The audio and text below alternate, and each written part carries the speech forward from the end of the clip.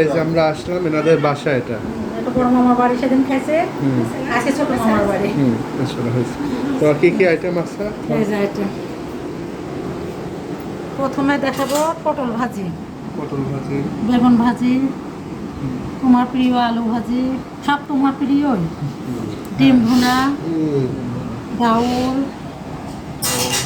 মুড়ি ঘন্ট, এটা মুরগির মাংস, বড় মামার ঘরে খাইছে গরু, ছোট মামার ঘরে মুরগি, আমরা গরু খাইতে পারি না পেশা। তারপরে সাদা ভাত, পোলাও, তারপরে হলো সেমাই, তারপর মিষ্টি। এই আইটেম আলাদা, ওটা অনেক কম করতে বলছে, আমরা অনেক আইটেম করছি। আজকে হওয়ার কথা ছিল না, তোমার আপু কষ্ট হয়ে যাবে, যে শুনছে আজকে যাবে না কালকে।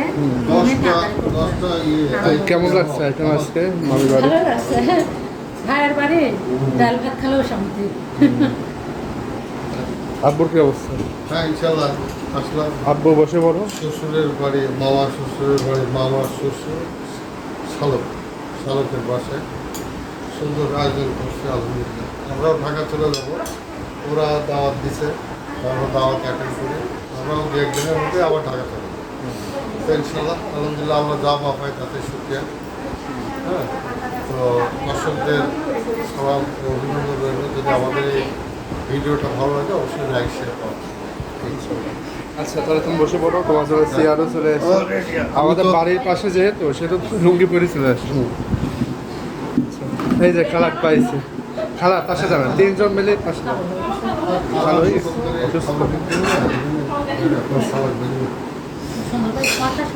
হ্যাঁ ঠিক আছে, আব্বাকে শুরু করো খাওয়া দাওয়া।